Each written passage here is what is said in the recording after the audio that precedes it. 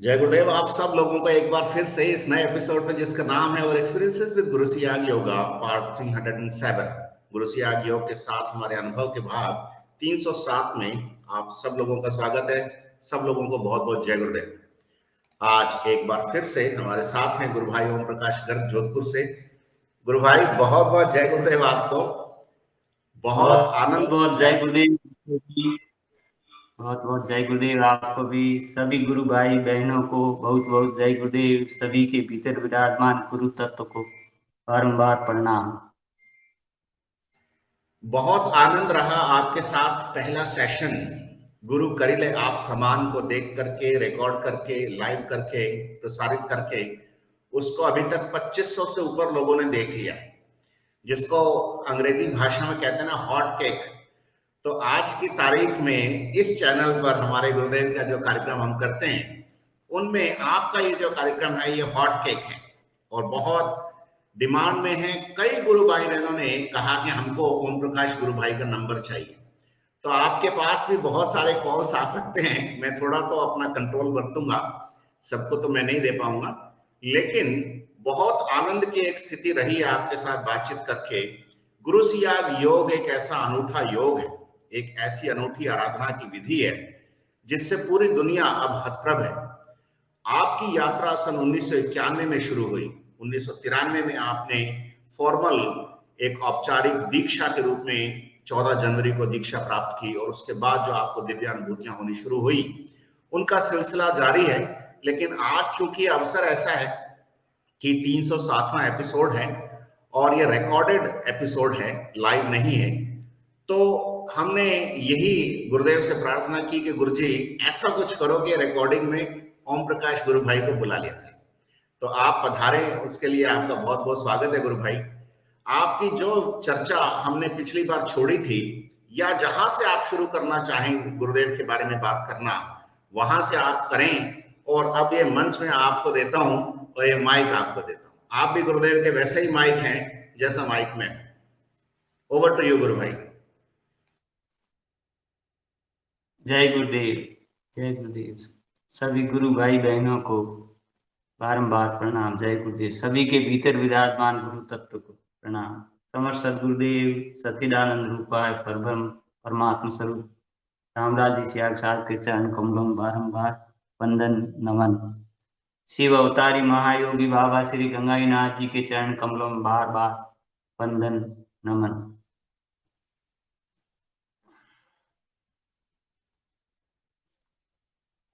जी गुरु मेरे भाई। जीवन जी गुरु भाई, हाँ जी, मेरे जीवन में जो गुरुदेव की कृपा से हुआ, जो सब अचरज ही अचरज हो रहा है। सुनने वाले मित्र संबंधी रिश्तेदार देखते हैं तो उनको तो अचरज लगता है, मुझे स्वयं भी अचरज लगता है। मैं भी कई बार सोचता हूं कि ये सब कैसे हो रहा है। इतना अचरज लगता है कि किसी काम के लिए बस जाके वहां खड़ा हो जाता हूं और काम हो जाता है। किसी को कहते नहीं है उससे पहले काम हो जाता है। तो इतना अचरज होता है कि मुझे खुद अचरज होता है कि ये काम कैसे हो रहा है। मेरी तो उस समय सोचता ही रह जाता हूँ, मेरी खुद अक्ल काम नहीं करती, बस मैं इतना सोचता रह जाता हूँ। जब मैं 1990 में कलकत्ता गया तो वहां कलकत्ता में मैं 7 दिन जब रुका मिशनरी ऑफ चैरिटी में 7 दिन, तो 7 दिन होते ही उन्होंने मुझे कहा कि आप तो अब जाओ यहाँ से। तो फिर मैंने कहा भाई मैं जाने के लिए नहीं आया हूँ, मैं तो यहाँ हमेशा रहने के लिए आया हूँ। मैं तो मानवता की सेवा करने के लिए, दीन दुखी दलित पीड़ित गरीबों की सेवा करने के लिए आया हूँ, मैं जाने के लिए नहीं आया हूँ। तो उन्होंने कहा यहाँ तो भाई रहना होगा तो आपको ईसाई बनना पड़ेगा। ईसाई? हम तो सब ईसाई हैं। फिर मैंने कहा भाई आप जो सेवा जो करते हो ना, वो तो आप ये थोड़ी देखते हो कि ये हिंदू है, मुसलमान है, बौद्ध है, जैन है, जो भी गरीब दिखता है, फुटपाथ पे पड़ा है, जो भी बीमार है उनको लाते हैं, तो आप उनकी सेवा करते हो। तो आप यदि मुझे आप हिंदू समझते हो तो मैं हिंदी बजाय मुझे एक ईसाई का ठप्पा और मार दो मेरे ऊपर, कोई बात नहीं, मुझे भी सेवा करनी। मैं तो सिर्फ मानवता की सेवा करना चाहता हूँ बस। मनुष्य मात्र की जीवन क्षणभंगुर है, तो कब चला जाएगा, तो यही सोच करके आया हूँ। भगवान कहते हैं ते मामनु प्राप्ते वंती सर्वभूत हिते रता। वही मुझे प्राप्त करते हैं जो सर्वभूतों के हित में रत है। कहते हैं परहित बसऊं जिनके मन माही, तिनको जग दुर्लभ कछु नाही। कहते हैं भगवान राम के जब पिता जब चल बसे दशरथ जी, और संदेश मिला के दशरथ जी चल बसे हैं, लेकिन वो वापस नहीं गए उनको देखने के लिए, बुलाया तो भी। लेकिन कहते हैं कि जब जटायु जब रावण से युद्ध करते हुए जब अपने प्राण त्याग करते हैं, तो उनको वो अपने गोदी में लिए हुए और आंसू बहाते हैं, और अपने हाथों से खुद अपना उनका संस्कार करते, दाह संस्कार करते हैं। पर हित बसऊं जिनके मन माही, तिनको जग दुर्लभ कछु नाही। जो पिता को जो गति जो देनी चाहिए उनको उन्होंने जटायु को दी। क्यों? क्योंकि उन्होंने परहित के लिए प्राण त्यागे। उन्होंने नहीं देखा कि सीता कौन स्त्री है, क्या हो रहा है, इसके साथ अन्याय हो रहा है, बस मुझे इसे बचाना है और इसको देख अपने प्राण त्याग कर दिए। उसने अपने प्राणों की परवाह नहीं करते। तभी तो कहते हैं न जाने कौन से गुण पर दया निधि रीझ जाते हैं, यही सब ग्रंथ कहते हैं, यही सब संत गाते। न लौटे वन गमन जाकर पिता की वेदना सुनकर, लिए वो गिद्ध को गोदी खड़े आंसू बहाते हैं। न जाने कौन से गुण पर दया निधि रीझ जाते। जब मैं इस प्रकार कलकत्ता में वहां रहा, तो मुझे फिर किसी ने मना नहीं किया, तो मैं उनके साथ झुग्गी झोंपड़ियों में जाता था, फुटपाथ पे जाता था। जब उनको हॉस्पिटलों में जाता था, उनको जब खाना खिलाता था, बीमारों को जब उनको सेविंग उनकी करता था, छोटे छोटे बच्चे अनाथालय में जाकर के उनको नहलाते थे, बड़ा आनंद आता था, बड़ा आनंद आता। देखो प्रभु इन रूपों में बने हुए हैं, देखो प्रभु कैसे कैसे रूप बना के हैं।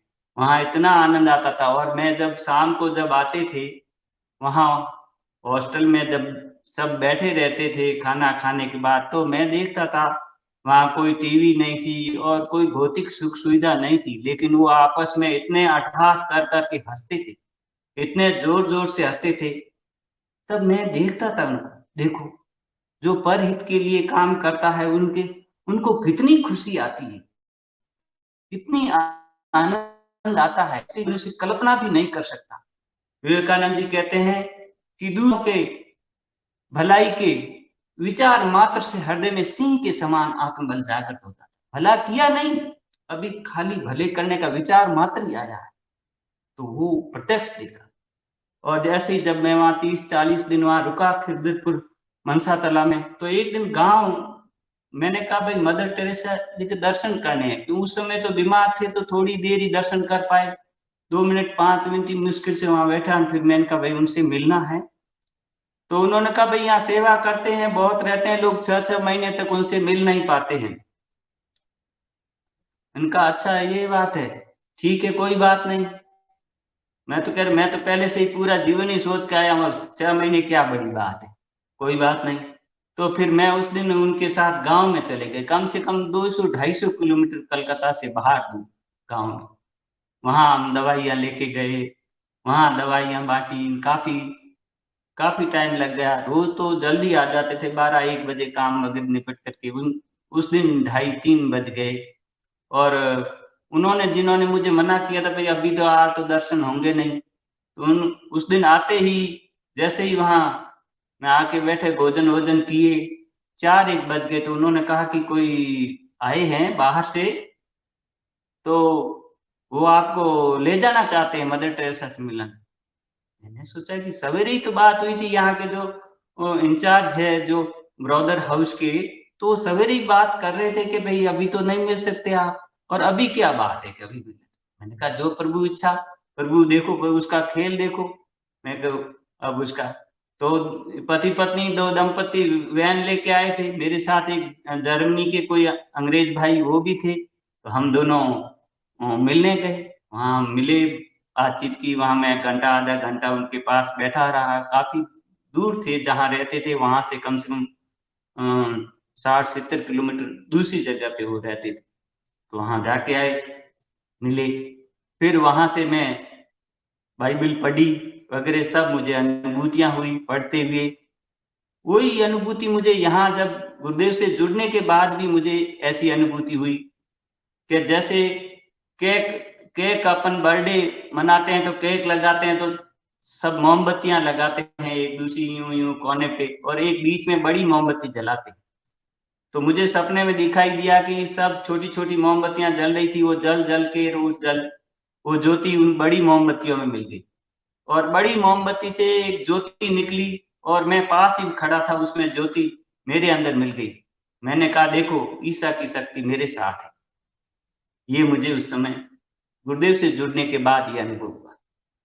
जब मैं वहां ऐसे खिदरपुर मनसा तला में रुका तो उसी दिन दर्शन करके आ गए, मिल के आ गए मदर टेरेसा से। फिर वहां से मुझे डमडम कैंटीन, दूसरा ब्रदर हाउस था, वहां गए। जब वहां गए तो मुझे वहां मेरा माला पहना करके स्वागत किया गया, और वो सब अंग्रेजी ही बोलते थे। मैं भी टूटी फूटी अंग्रेजी बोलता था, उनको देख देख के आती थी। तो उन्होंने माला पहनाई, मेरे बारे में वहां वर्णन किया कि ये देखो ये ऐसे आए हैं, ये ऐसे विचार रखते हैं, ये ऐसे सोचते हैं, ऐसे करते हैं। और जब हम वैन में वहां गए मदर टेरेसा के पास मिलने, तो जो दंपति मुझे लेके गए थे तो वो कोई बड़े बिजनेसमैन थे। तो मुझे पूछ रहे थे कि आप क्यों आए यहाँ, किस लिए आए, क्या करना है, आपको क्या चाहिए, आपको नौकरी करनी है, शादी करनी है, आगे पढ़ना चाहते हो, सेवा करना चाहते हो। मेरे मन में विचार आया, देखो अब प्रभु माया फेर रहे हैं। अब देखो ये पता कर रहे हैं कि आखिर इसकी चाहत क्या है, कामना क्या इसकी प्रकट होती है नहीं। मैं अंदर मन ही मन राम राम राम राम राम कर रहा हूँ।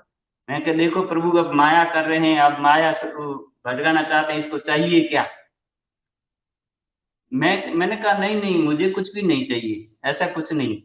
नहीं नहीं कि आपको कोई आगे पढ़ाई करनी है, आप नौकरी करना चाहते हो, आप शादी करना चाहते हो, यदि आपको अपने घर वाले वगैरह वापस बुलाने आएंगे तो आप वापस चले जाओगे क्या, ऐसी बहुत सारी बातें वो पूछने लगे।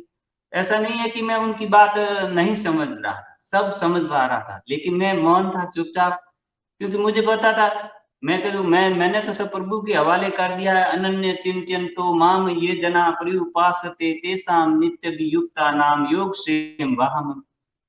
जो अनन्य निरंतर निष्काम प्रेम भाव से जो अब मेरा भजन करते हैं, बिना कामना रहित, कोई कामना से रहित होकर के जो भजन करते, तो मैं निष्काम प्रेम भाव से भजन कर रहा था। क्योंकि वहां पे भी मुझे सपने में यही दिखा कि भगवान ने कहा कुछ मांगो मांगो, तो मैंने यही कहा मुझे कुछ नहीं चाहिए, मुझे कुछ नहीं चाहिए। तो भगवान ने खुद चला के कहा नहीं मैं देना चाहता हूँ। मैंने कहा कुछ चाहिए नहीं मुझे। तो उन्होंने मुझे बहुत पूछा, तो भी मैंने उनको मना किया, नहीं मुझे कुछ नहीं चाहिए। फिर वहां गए डमडम कैंटीन, वहां रुका, मेरे स्वागत हुआ, बातें की, वहां गया, वहां भी हफ्ता भर रुके।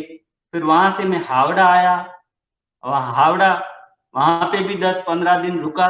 ऐसे अलग अलग जगह पे रुका, 3 जगह पे। वहां जब 7 दिन में 5 दिन ही काम करते थे, 2 दिन छुट्टी पे रहते थे। 2 दिन छुट्टी पे रहते थे तब वो घूमने जाते थे बाहर। कभी तो मैंने वहां म्यूजियम, अंडरग्राउंड ट्रेन है उसमें यात्रा की, सब जगह अलग अलग, कभी हावड़ा ब्रिज, कभी दूसरी जगह, ऐसे घूमने जगह जाते थे। तो वो मेरी अंगुली पकड़ के चलते थे कि देखो ये भाई भैया जी जोधपुर से आए हैं, इनको कुछ पता नहीं है। और एक ट्राम में तो जब मैं बैठा, जब हम बस में सफर कर रहे थे, तो कोई आदमी उठा, तो मैं खड़ा था, तो दूसरा आदमी बैठने लगा, उन्होंने कहा उठो उठो उठो, आप यहाँ नहीं, यहाँ ये बैठेंगे। मैं देखा ये खेल क्या है, प्रभु का खेल ही निराला है। यहाँ तो उंगली पकड़ पकड़ के चल रहा है, जैसे कोई छोटे बच्चे की माँ जैसे उंगली पकड़ के चलती है, ऐसे लेके चल रहा है। यहाँ सिर्फ बैठने के लिए भी खड़ा भी रहने नहीं देते कि यहाँ बैठो। शाम को होते तो फिर हम भोजन वोजन खूब बनता, बच जाता, तब बांटने के लिए रोडों पे जाते थे। कई बार हॉस्पिटल में वहां डेथ होती, लाशें भी उठा करके इधर से उधर रखते थे। और फुटपाथों पे, रेलवे स्टेशन पे जाते थे, जब देखते थे तब सोचते थे देखो परमात्मा ही बैठा है, परमात्मा ही मनुष्य, परमात्मा ही बना हुआ इसके अंदर, देखो कैसा दीनहीन, गरीब, दलित, पीड़ित बना हुआ, कैसा रूप बना करके किस कष्ट पीड़ाओं में बैठा खेल रहा है। कितना देखो इसकी लीला देखो परमात्मा की। ऐसा मन में आता था, बस राम राम राम राम राम राम वहां करता था। और हावड़ा में आया तो वहां पे भी बहुत सेवा की, खूब अच्छा लगा मुझे। कभी उनके साथ ऐसे नहीं लगा ये क्रिश्चियन है, मैं हिंदू हूँ, मैं इनके साथ क्यों रह रहा हूँ। वो मुझसे बहुत घुलते मिलते, बहुत बातें करते, खूब खूब एक दूसरे से, मतलब हम घुमाने ले जाते, मुझे बाजार घुमाते और खूब मतलब बातें करते। वहां एक जेवियर नाम के लड़के थे, मैं भी उनसे पूछता रहता था क्यों आए, कैसे आए, क्या करते हो, कैसे सोचा, आपने क्या विचार किया, ऐसी बातें मुझसे पूछते रहते थे। उन्होंने जेवीर ने कहा भी आप है ना, आप वापस चले जाओ, देखो आप इतनी पढ़ाई करते थे, पढ़ाई करते हुए आप बीच में आए, घर वाले क्या सोचेंगे ना, आपको तो आगे और पढ़ना है, वो करना है। मैं उनसे चुपचाप रहा, मैंने कुछ नहीं कहा। मैंने कहा ये क्या कह रहा है, देखो प्रभु की इच्छा जैसे।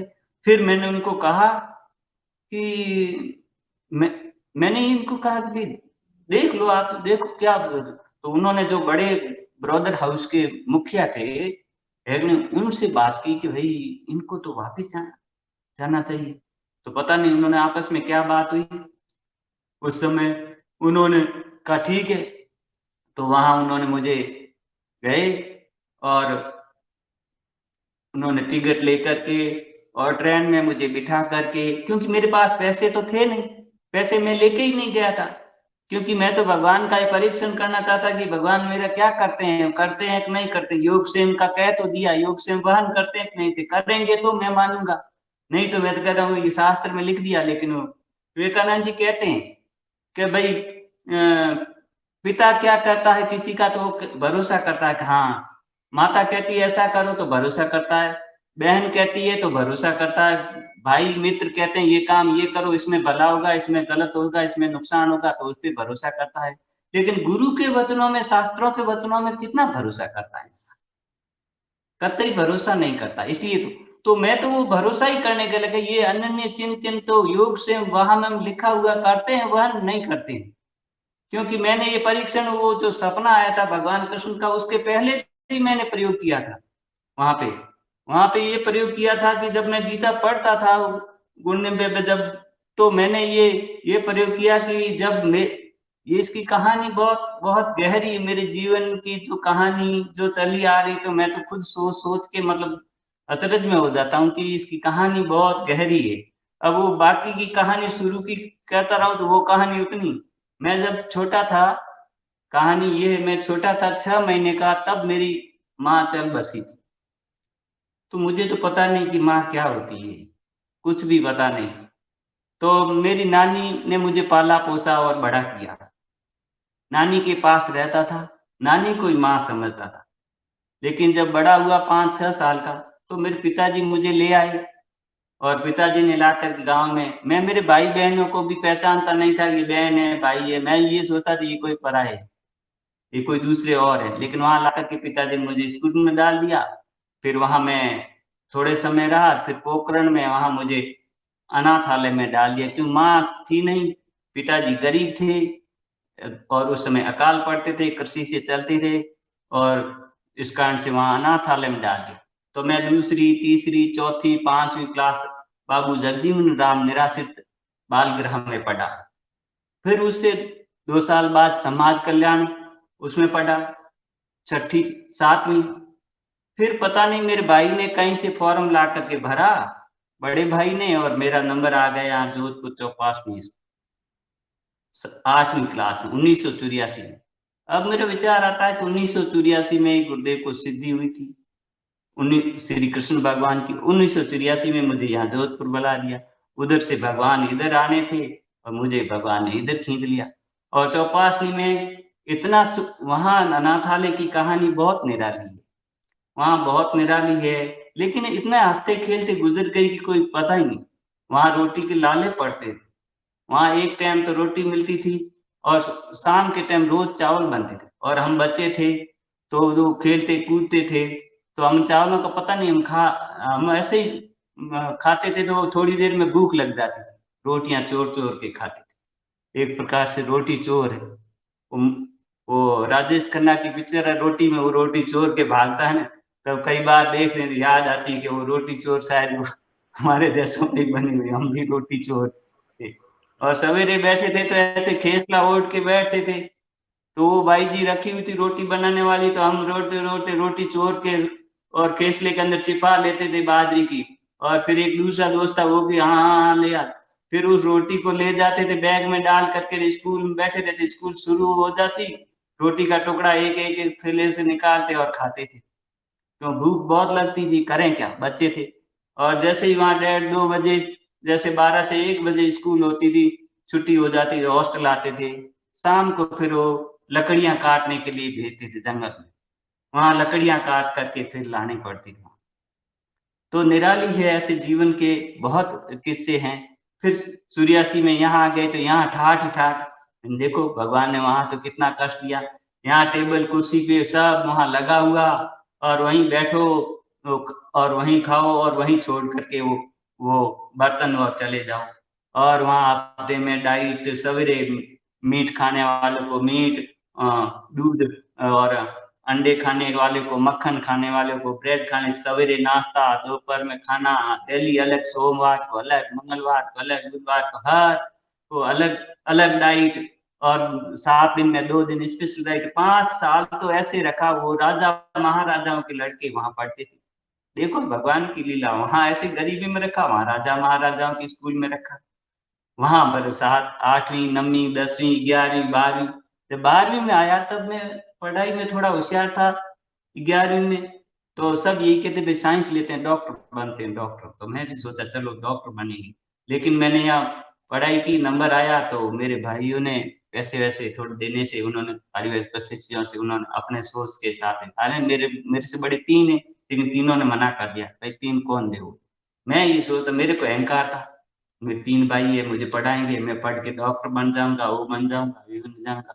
ऐसे सोचे। लेकिन जैसे ही आई मेरे यहाँ टॉप की साइंस की कॉलेज थी जिसमें मुझे एडमिशन मिला, तो उन्होंने मना कर दिया कि भाई हमसे तो कोई नहीं देगा, तब मुझे बड़ी ठेस पहुंची, मुझे उम्मीद बहुत थी, तो बस मैंने कहा कोई बात नहीं, भगवान को याद करो, तो मैं 12वीं में वहीं पढ़ा और भगवान को याद, मुझे वैराग्य हो गया, उस वैराग्य के तहत ही मैं राम नाम, जब कहते हैं कि इधर माँ नहीं, तो मुझे माँ की बहुत याद आती थी, और माँ को जब भी छुट्टियां होती थी गर्मियों की, वैसे तो सब समय यहीं रहते थे, लेकिन गर्मियों की छुट्टियां होती थी और दीपावली की छुट्टियां होती थी, जाता था, फिर मन में ये सोचता था कहाँ जाऊं, माँ सौतेली माँ, तो सौतेली माँ पिताजी को कुछ कहे तो पिताजी डांटे पीटे, वो गांव में जाके कुएं से खींच खींच के, छोटे थे जब, दूसरी में नहीं पढ़ते तो उससे पहले ही कुएं में खींच खींच के पानी लाते थे, जब दूसरी क्लास में पढ़ने नहीं गए थे उससे पहले ही कुएं से खींच खींच के पानी लाते थे।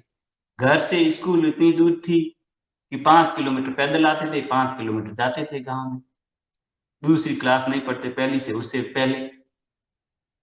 तो इस प्रकार देखा कि जब मैंने देखा कि माँ नहीं है, तो मैं माँ को याद करके रोता था, फिर कोई भी स्त्री सोचती ये इसको, जो हमारी मैड में टीचर थी वो पढ़ाती थी, मैं सोचता ये मेरी माँ है, ये मेरी माँ है, इनको कह दूं मैं माँ है, तो एक टीचर थी, मैंने उनको अपने माँ की तरह माना, माँ कहने लग गया। फिर सोचा कि इस हर एक की अपनी सीमा होती है, मर्यादा होती है, इनको कहाँ तक कैसे कहूंगा, तो मैं सोचता था क्यों नहीं भगवान को ही अपनी माँ, सारी सृष्टि तो आखिर वही बनाता है ना, वही पालन पोषण करता है, वही देखभाल करता है, तो भगवान ही माँ है सब, तो मैंने भगवान को ही माँ मान ली, तो भगवान को माँ मान करके बस उनको याद करता था। मैंने ये पढ़ा था रामकृष्ण परमहंस को कि माँ के रूप में पूजो तो उत्तर देने पे मजबूर हो जाता है, वो जल्दी उत्तर देता है, तो मैंने माँ माँ समझ करके भगवान के भजन शुरू कर दिए। और जैसे गीता पढ़ी, तो गीता में कई बातें पढ़ी, तो एक ये भी बात पढ़ी कि जो जिसको स्मरण करता हुआ शरीर को त्याग करता है वह उसको प्राप्त होता है। तो मैंने एक रात जब खूब भजन किया कई महीनों, रोज स्कूल जाता था, किताबें वगैरह सब लेके जाता था, लेकिन मन ही मन राम राम करता था, पढ़ाई नहीं करता था, बस राम, वो सोचते थे यही पढ़ रहा है, बस यही कर रहा है। एक रात मैंने पत्र लिख दिया, हॉस्टल में रहता था, और पत्र लिख करके अपने तकिए के नीचे रख दिया, कि यदि मेरी कोई मृत्यु हो जाए तो उसको किसी को जिम्मेदार नहीं समझे, मैं खुद ही अपनी मर्जी अपनी इच्छा से जाना। मैं भगवान को याद करते हुए, गीता में लिखा, जो जिसको स्मरण करते हुए शरीर को त्याग करता है वो उसको प्राप्त होता है। तो मैं वहां हॉस्टल के ऊपर चढ़ के छज्जे पे बैठ गया, रात को राम राम राम राम करते, 2 लाइनें आ रही थी बिजली की तार की, उसके ऊपर पांव रख दिए। मैंने कहा या तो भगवान राम याद मिल जाएंगे, नहीं मिलेंगे तो बट्टा खाता राम के, वो भगवान के नाम का बटन लगेगा उनको बट्टा, कि वो उसको स्मरण करते हुए मर गया। गीता में लिखा, जो जिसको स्मरण करता वो उसको प्राप्त होता है। या तो उनको प्राप्त हो जाऊंगा, या फिर ऐसे जीवन से रहने से क्या फायदा। इधर तो संसार में रहने के लिए माँ चाहिए, माँ से बड़ा कोई नहीं होता है, और मेरी माँ नहीं है। और उधर कहते हैं भगवान ही माँ है, और भगवान ही जब नहीं मिले तो ये मनुष्य जीवन का फायदा है। इधर माँ नहीं, इधर भगवान नहीं मिले, फिर इस जीवन से क्या मतलब। ऐसे जीवन को तो त्याग देना ही अच्छा है। ऐसे जीवन में कोई सार नहीं, ऐसा जीना ही कोई जीना ही नहीं। बस ऐसे यही समझ करके मैं लिख करके बस वो बैठ गया, राम राम राम राम ऐसे करता रहा, और दोनों तरफ दोनों पांव रख दिए। जो बिजली में जो उस हॉस्टल के अंदर तार आते थे, 2 ही आते थे, 2 ही रखे हुए, और मैंने उन दोनों पे अलग अलग दोनों पे पांव रख करके बैठ गया, राम राम राम राम राम राम ऐसे कर रहा। जैसे ही एकदम धड़ाम से आवाज आई, एकदम लाइटें पूरी डिम हो गई हॉस्टल की, एकदम एकदम पता नहीं कैसे मेरे पांव वापिस ऊपर हो गए। अरे मैं तो प्रभु, तो ये क्या किया, एकदम ऊपर हो गए पांव। हमने प्रभु प्रभु मारना नहीं चाहते हैं, बस वापिस आ गया गया, और फिर राम राम राम राम राम राम। उसके बाद में ये मुझे भगवान कृष्ण दिखे, और ये सब कहानी चली ऐसी। तो वहां जब मैं कलकत्ता में गया तो उन भाइयों ने मुझे खुद, इसलिए मैं जब मेरे पास यहाँ हॉस्टल से जब मैं वहां गया था, तब मेरे पोस्ट ऑफिस के खाते में 100-150 रुपए थे, लेकिन मैं लेके नहीं गया। लेके क्यों जाऊं, जब पैसे पास होंगे। तो स्वामी राम तीर्थ की भी किताब पढ़ी थी, जब कुछ भी अपन दूसरे का भरोसा करते हैं तब वो मदद करने आता नहीं है, तो मैं रुपए साथ में लेके ही नहीं गया। इसलिए कहते हैं कि जब द्रौपदी की जब लाज जब लुट रही थी, जब उसको चीर खींच करके जब दुशासन ला रहा था, तो द्रौपदी मन में सोच रही थी कि अभी मेरे भीम होते तो इसको बता देते कि क्या है, अभी मेरे अर्जुन होते तो इसको बता देते कि क्या होता है, तो इनको देखते ना, इस दुशासन को, तो इसकी हालत खराब कर देते। लेकिन जैसे ही उसको बड़ी सभा में खींच के ले जाया गया, तो देखा कि वहां तो सभी बैठे हैं, उनके पति। तो उन्होंने देखा कि ये क्या है, तो पति सब गर्दन नीची किए हुए बैठे और देख रहे, उसकी तरफ ही नहीं देख रहे। तो उन्होंने कहा ये क्या, मैं तो सोचती थी ये मेरी लाज बचाएंगे, लेकिन उन्होंने कोई लाज नहीं बचाई, वो तो उल्टे हारे हुए ऐसे बैठे। फिर उन्होंने पुकारा उनको, जो धर्म गुरु और भीष्म पितामह वगैरह थे, तो उनकी तरफ देखा कि ये बड़े हैं, ये धर्माचार्य है, ये मेरी लाज बचाएंगे, लेकिन उन्होंने भी कोई उनकी तरफदारी नहीं की। फिर धृतराष्ट्र से उम्मीद की, उन्होंने भी कोई तरफदारी नहीं की राजा ने। तो फिर उसने देखा कि हाय प्रभु, मेरा तो कोई नहीं है। जैसे ही उन्होंने सब दूसरों का सहारा छोड़ा, तो उन्होंने भगवान ने उसको झट साड़ी का अवतार ले लिया, और साड़ी बीच नारी है कि नारी बीच साड़ी है, कि साड़ी ही कि नारी है, कि नारी ही कि साड़ी है। पता ही नहीं लग रहा है कि हो क्या रहा है।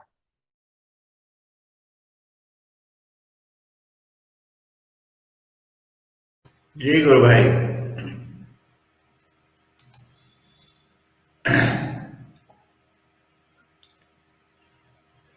सहारा छोड़ के, जी, सॉरी फोन आ रहा था कोई किसी बात का, नहीं, इसका डिस्टर्बेंस। कोई बात। तो सारी भी से नारी है कि नारी भी से सारी है, कि सारी ही कि, जी गुरु भाई, वेलकम बैक। हाँ आप जी जारी गुरु भाई। रखिए। तो बीच में फोन, हाँ फोन के कारण डिस्टरबेंस हो गया था। तो कहते हैं कि जब सारी द्रौपदी की लाज भगवान ने बचाई, लेकिन कब बचाई, जब द्रौपदी ने पतियों की तरफदारी कर रहे थे, उनका उनका उनकी तरफदारी कर रहे थे तब तक नहीं, जब उन धर्म गुरुओं की कर रहे थे तब तक नहीं, और राजा से उम्मीद की तब तक नहीं, लेकिन सबका जब सहारा छूट गया तब उन्होंने भगवान ने उनकी लाज बचाई। ऐसे ही जीव जब तक कोई बीमार पड़ता है, विपत्ति आती है, तो वो सोचते हैं भाई का आएगा काम, मित्र आएंगे, पत्नी आएगी, रिश्तेदार, ससुर संबंधी आ जाएंगे। जब तक वो दूसरों का सहारा लेता रहता है तब तक ईश्वर उसको। गुरु भाई, हाँ जी, आगे। हाँ, मैं यूं ही बता आप रहा जाइए। था। हाँ, जब द्रौपदी से भगवान कृष्ण जब मिले, उसके बाद में, घटना के बाद में, तो द्रौपदी ने पूछा कि भगवान इतने देर से क्यों आए मदद करने के लिए, लाज बचाने के लिए इतनी देर से क्यों आए। तब भगवान कृष्ण ने कहा, द्रौपदी देर से आया? अरे मैं देर से नहीं आया, मैं तो वहीं मौजूद था, क्योंकि मैं सर्वव्यापक हूं तो सब जगह मौजूद हूं।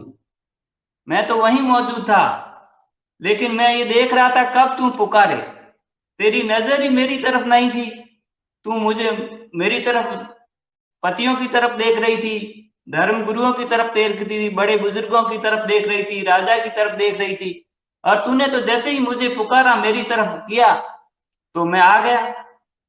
मैं आया थोड़ा ही था, मैं तो वहीं मौजूद था, मैं तो सर्वव्यापक हूं, आता जाता नहीं।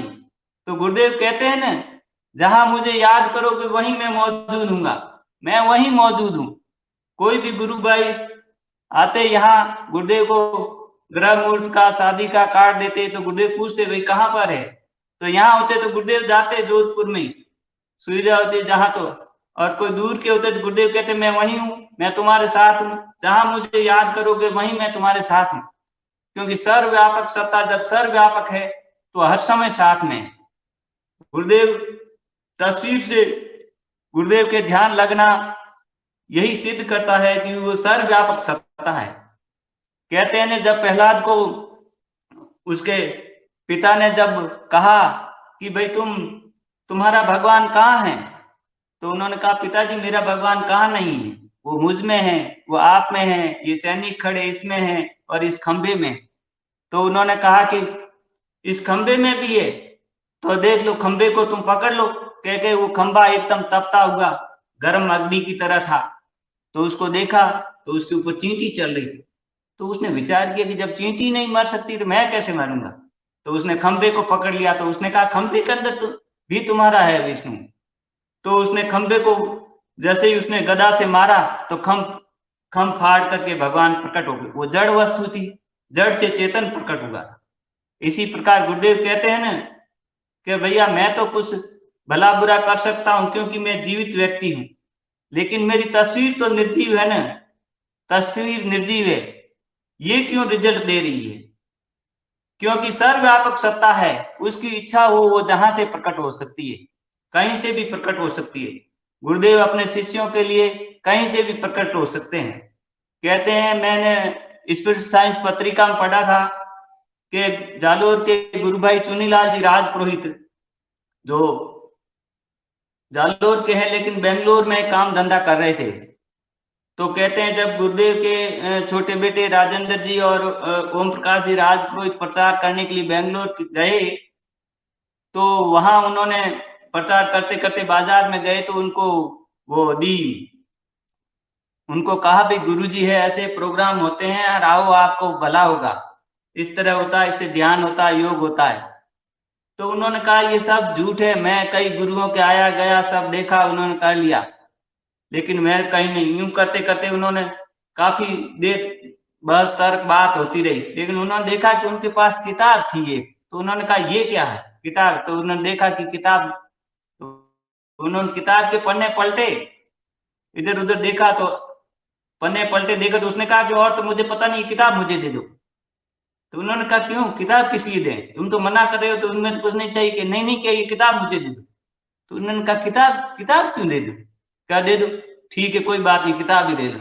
तो उन्होंने कहा कि मैं तो किताब लेकर के सीधा वहां से घर पे गया और किताब ले जा करके मैंने रखी, क्योंकि किताब के अंदर उन्होंने फोटो जो देखी गुरुदेव की और गंगाईनाथ जी की फोटो थी किताब के अंदर।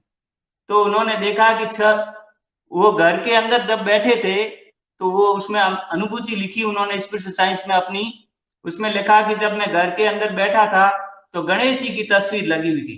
तो एक दिन मुझे दिखाई दिया कि गणेश जी की तस्वीर से बहुत संत महात्मा उस तस्वीर से बाहर निकल रहे थे, तो उसमें गुरुदेव और गंगाईनाथ जी की तस्वीर भी निकली और उनमें से आवाज आई कि तू 6 महीने बाद बिल्कुल ठीक हो जाएगा। तो उनकी जैसे ही उन्होंने किताब पलटी तो उन्होंने गुरुदेव की और गंगाईनाथ जी की फोटो देखी तो उसने देखा कि यही वो व्यक्ति थे जिनकी आवाज आई थी और जिन्होंने मुझे कहा था। देखो सर्वव्यापक सत्ता कहाँ से प्रकट हो सकती है।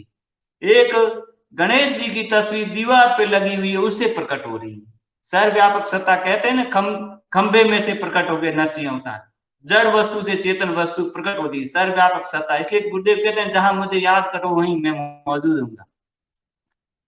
तो उन्होंने ले जा करके वो रखी और उन्होंने पूजा अर्चना की। उसी समय से गुरु स्वीकार कर लिया उनको और फिर बाद में गुरुदेव से दीक्षा ली और वो गुरु भाई उनकी अपार अपार उन्होंने गुरुदेव की सेवा पूजा की और गुरुदेव ने उनको वहां से पत्र लिखा था चुन्नीलाल जी को, जब उनकी कुछ ऐसी तामसिक शक्तियां प्रकट होकर के उनको कराने के लिए गलत उनको भरमाने लग गई थी। तब वो पत्र सब जगह उनका चल रहा है।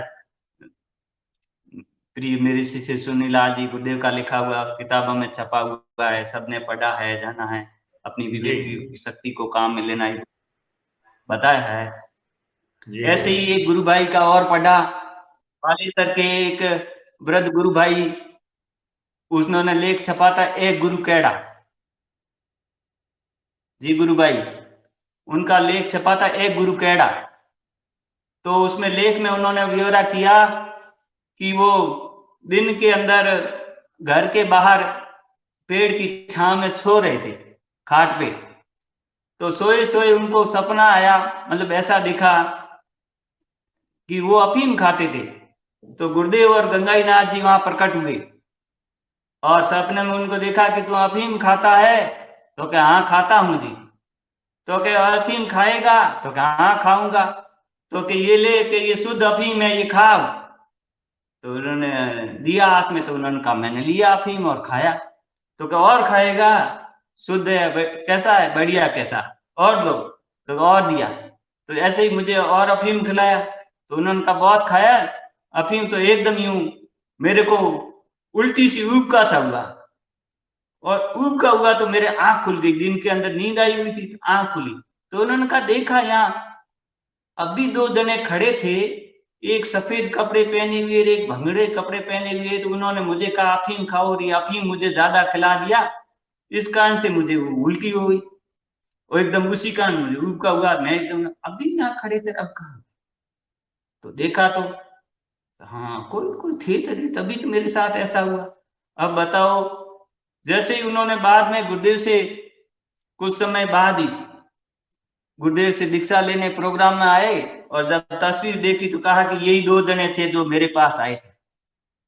अब बताओ, उन्होंने तो कभी पुकारा ही नहीं, उन्होंने तो कभी कभी पुकार की नहीं, कभी देखा नहीं, लेकिन उनके हित और कृपा करने के लिए, वो कैसे अहित की कृपा करने के लिए, उनका जीवन संवारने के लिए इस बुढ़ापे में प्रकट हो गए। और वहां ऐसे कृपा सिंधु की कितनी महिमा का बखान करें, किन शब्दों में किया जा सकते हैं, कोई नहीं कर सकता है। सर्वव्यापक जो अहेतु की कृपा सिंधु है, उनकी महिमा अपरंपार है, उनको शब्दों में उनकी व्याख्या नहीं की जा सकती। मैं जब यहाँ पहले, अब यहाँ की भौतिक उन्नति तो गुरुदेव की कृपा से इतनी हुई है, अब कुछ शब्दों में बखान नहीं कर सकती। जब जोधपुर में मैं यहाँ रहने लगा था, जब मैं किराए पे रहता था तो छोटा सा रूम था 10 बाई 12 का, है नहीं, लेकिन अब गुरुदेव की कृपा से 2-2 मकान है यहाँ पे। और कभी रिश्तेदार भाई से, पिता से, किसी रिश्तेदार संबंधी से, मित्र से कभी रुपए उधार नहीं दिए। और फिर भी गुरुदेव ने आज 2-2 अच्छे मकान बना लिए। आज ग्रैंड आई10 कार है, जो अनाथालय में पढ़ने वाले जो व्यक्ति के कैसे कैसे, जबकि मेरा स्वाभिमान मैं किसी से मांगता नहीं। मुझे जब मैं कोई लोन लेने जाता था और कोई बैंक से कर्जा लेने जाता था तो मैं समझता था मुझे ज्ञान नहीं है, बोध नहीं है, किसी को साथ में ले जाऊं, किसी को साथ होता तो अच्छा होता। तो अंदर से आवाज आती, किसको साथ में ले जाएगा, किसको ले जाएगा साथ में, मैं हूं ना तेरे साथ में। अरे मैं कहिए तो हर बात बात पे जब कोई काम होता तो कैसे करेगा, कैसे करेगा, मैं हूं ना तेरे साथ में। तो मैंने तो यही अनुभव किया है गुरुदेव की कृपा से कि जो गुरुदेव की इस आराधना को करता है, गुरुदेव उसको दुनिया की गुलामी से पीछा छुड़ा देते हैं। तो वो लोगों की मदद मांगता है कि भाई मुझे मदद करो, मदद करो, गुरुदेव उसको कहते हैं किसकी मदद मांगेगा, मैं उससे कई गुना ज्यादा मदद करने के लिए तेरे पास खड़ा हूं, तेरे साथ खड़ा हूं। तो किस प्रकार मदद मांगे, उससे पहले मैं खड़ा हूं और वो करेगा उससे कई गुना ज्यादा मदद करने के लिए खड़ा हूं।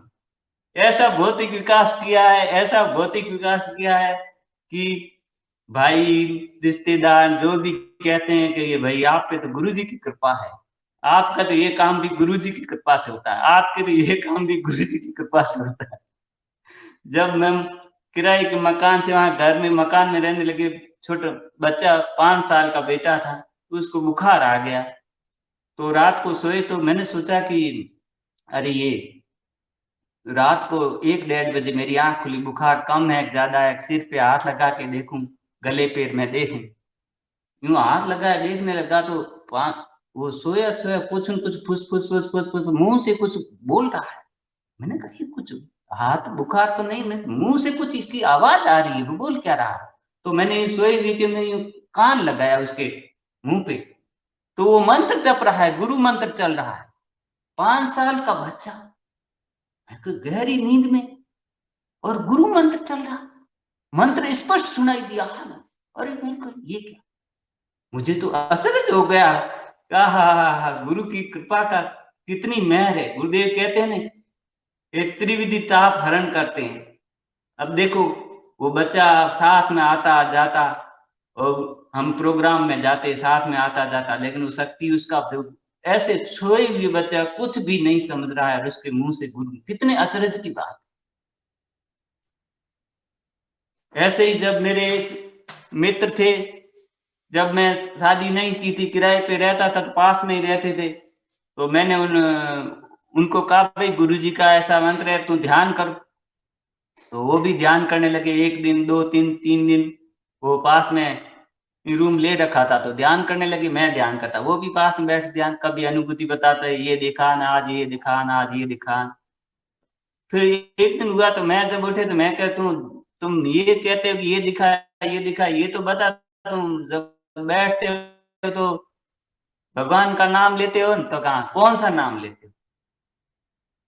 तो वो अपने आप ही वो जो मंत्र गुरुदेव देते हैं 94-95 में, तो गुरुदेव ने प्रतिबंध लगा रहा था, वो ही गुरु मंत्र बोला कि ये, अरे मैं कहा ये तो गुरु मंत्र, ये तो पहले ही बोल रहा, गुरु जी के पास नहीं गया, देखा ही नहीं गुरु जी को, प्रोग्राम में तो दूर की बात है।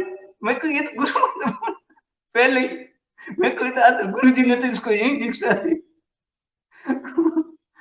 मेरे को अचानक हो रहा है गुरु मंत्र कैसे, कैसी कैसी मतलब कैसी बहुत विद्या है, जबरदस्त, कैसी कैसी कोई बहुत ऊपर उसका है। उसका कोई मत।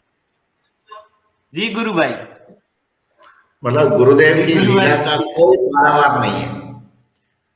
वो सर्वव्यापी सत्ता है, वो परम पिता परमेश्वर है। वो शरीर वाले गुरु नहीं है, वो वाले गुरु हैं जो हमारे अंदर बैठे हुए। आप देखो इतनी खुशी हो रही है आपको ये बात कह करके और मुझे ये बात सुन करके, तो वो खुशी जो है वो भी हमारा गुरु ही स्वीकार कर रहा है और गुरु ही कह रहा है। कितनी बड़ी बात है। बहुत जबरदस्त, मुझे बहुत जबरदस्त मुझे गुरु भाई। आधा घंटे तक हंसी आती थी, हंसता ही रहता था, हंसता ही रहता, हंसता ही रहता था और हंसता ही रहता था। इतना आनंद आता, इतना आनंद आता कि कहीं लोग कहते भाई पागल है पागल। मैं कहा हाँ भाई पागल तो हूँ, इसमें कोई शक नहीं है कि नहीं, पागल तो नहीं लेकिन गुरु का पागल, भगवान का पागल। पागल में संसार, रामकृष्ण परमहंस जी कहा करते थे ये संसार एक पागल खाना है भाई, यहाँ सभी पागल है कि नहीं। कोई धन संपत्ति के लिए, कोई स्त्री पुत्र संतान के लिए, कोई मान बढ़ाई के लिए और कोई ईश्वर के लिए, गुरु के लिए। तो वो कहते थे मैं थोड़ा अच्छी कैटेगरी का पागल समझता हूँ अपने आप को, ईश्वर का गुरु का पागल समझता, पागल खाना है, पूरा संसार है, सभी पागल है, बस कैटेगरी अलग अलग है। बिल्कुल गुरु भाई। अब गुरुदेव को भी उनके घर वाले पागल खाने मतलब डॉक्टर के पास ले गए थे और डॉक्टर ने कहा था कि ये सिम्टम तो सारे आपको पागलों वाले लग रहे हैं। तो गुरुदेव ने डॉक्टर की आंख में आंख डाल करके यही बात कही थी कि सुन डॉक्टर, जैसा पागल मैं हुआ हूं ना वैसा पूरी दुनिया को कर दूंगा। और उसके बाद उन्होंने ये मिशन पब्लिकली चालू किया। तो इस आनंद में कोई भेद नहीं है, पूरी मानव जाति के लिए वो आनंद बरसा रहे हैं। वो आपके ऊपर भी बरसा रहे हैं, आपकी पत्नी पर भी बरसा रहे हैं, आपके बच्चों पे भी बरसा रहे हैं, मुझ पर भी बरसा रहे हैं, पूरी मानव जाति के लिए वो आए हैं। और सतोगुण का उत्थान करना ही उनका मुख्य उद्देश्य है और कोई उद्देश्य नहीं है। तपोगुण का पतन ही ध्येय है एक तरह से। तो आज गुरु भाई हम वो दीक्षा मंत्र गुरुदेव की आवाज में सुनाते हैं ताकि और लोग भी पागल हो जाए, जैसे अपन दोनों हो रखे हैं वैसे और लाखों लोग पागल हो जाए। और गुरुदेव उसमें आनंद है, वो किसी और चीज में नहीं है। जी गुरु भाई, थोड़ा सा बात और कहता हूं। जी बिल्कुल कहिए, आप बिल्कुल कहिए, बहुत टाइम है अपने पास, कोई प्रॉब्लम नहीं है, आप कहिए, जारी रखिए। वो सपने की बात आई तब आता हूं कि जब सपना की बात आई तब गुरुदेव ने मुझे फिर कहते हैं ना, तेरे और मेरे बहुत से जन्म हो चुके हैं, इस बात को मैं जानता हूं, तू नहीं जानता। तो फिर गुरुदेव ने मुझे सपना पीछे का बताया, फिर पुनर्जन्म, फिर सपने पे गुरुदेव ने मुझे रिसर्च कराई, फिर सपने के लेख ही लेख पढ़ाए, सपने की पुस्तकें पढ़ाई, फिर गुरुदेव ने बाइबल की भविष्यवाणी किताब पढ़ी, तब गुरुदेव ने कहा मुझे सपना आया और मुझे पुस्तक दिखाई दी और उस पुस्तक में दो आवाज मुझे 2-3 बार आई, तू यह है, तू यह है, तू यह है। तो गुरुदेव ने कहा 2-3 दिन बाद ही मेरा छोटे वाला बेटा जो स्कूल से आते वक्त जूता गांठ आने के लिए सांसी के पास रुका था, वो एक किताब लेके आया और उस किताब में वो सब लिखा हुआ था, तू यह है, तू वह है। तो गुरुदेव ने कहा ये तो ईसाई की किताब है और इसमें ऐसे लिखा हुआ है, इसका अर्थ क्या है पता नहीं, लेकिन तू यह है, तू यह है। ये जब गुरुदेव कहते हैं मैं परेशान था, जब मैं 84-85 में, और मैं ये सोचता था मेरे बच्चे क्या खाएंगे पिएंगे, मेरा जीवन कैसे चलेगा, सब लोग कमाते हैं, उनकी अच्छी जिंदगी चलती है और मैं कैसा मतलब वैसा हूँ जो मेरे मेरे परेशानियां हैं, दिक्कत हैं और मेरा जीवन कैसा चलेगा। जब गुरुदेव ने कहा, मैं ये ज्यादा इस बातों में खोया हुआ रहता था, उसी के मेरे प्रश्न का ये उत्तर था कि तू यह है, तू यह है, तू वह है। तो गुरुदेव ने कहा ये मेरे प्रश्न का कैसा उत्तर, तू यह है अर्थात तू सहायक है, तू कंफर्टर है। फिर गुरुदेव को पूरी बाइबल पढ़ा करके उनको समझाएगा। तो गुरुदेव को सपने में दिखा था। पतंजलि योग सूत्र में ये बात आती है कि स्वप्न निद्रा ज्ञान आलंबना, जो ज्ञान सपने और निद्रा के समय उत्तर आता है उस पर भी ध्यान दो, उस पर भी विचार करो, क्योंकि वह भी हमारे जीवन के उत्थान में के लिए होता है, वह जीवन की समस्याओं के लिए निराकरण के लिए होता है, वो हमारे भविष्य के संकेत होते हैं।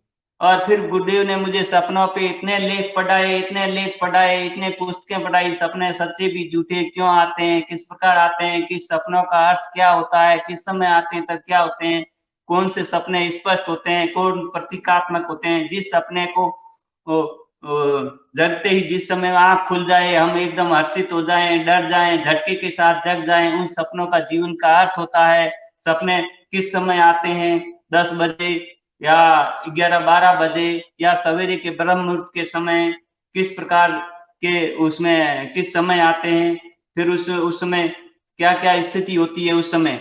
और फिर गुरुदेव ने वो भी कहते हैं कि गुरुदेव कहते हैं जब मैं छोटा था तब एक सपना मुझे बार बार आता था, मैं अनंत ऊंचाइयों से नीचे गिर रहा हूँ और मैं सोचता हूँ कि मैं नीचे गिरूं तो मेरी हड्डियां टूट जाएगी, लेकिन जैसे ही मैं नीचे गिरता हूँ तो फूलों के ऊपर आकर के एकदम सो जाता हूँ। ये सपना मुझे बार बार आता था। ये भी गुरुदेव ने सपने का उसमें वर्णन किया। और मुझे जितने भी अनुभूति हुई अनुभूतियां हुई गुरुदेव की कृपा से, मेरे जीवन से संबंधित और जो भी मुझे दिखाया गया, समझाया गया, वो सब सपने के मार्फत से ही हुआ।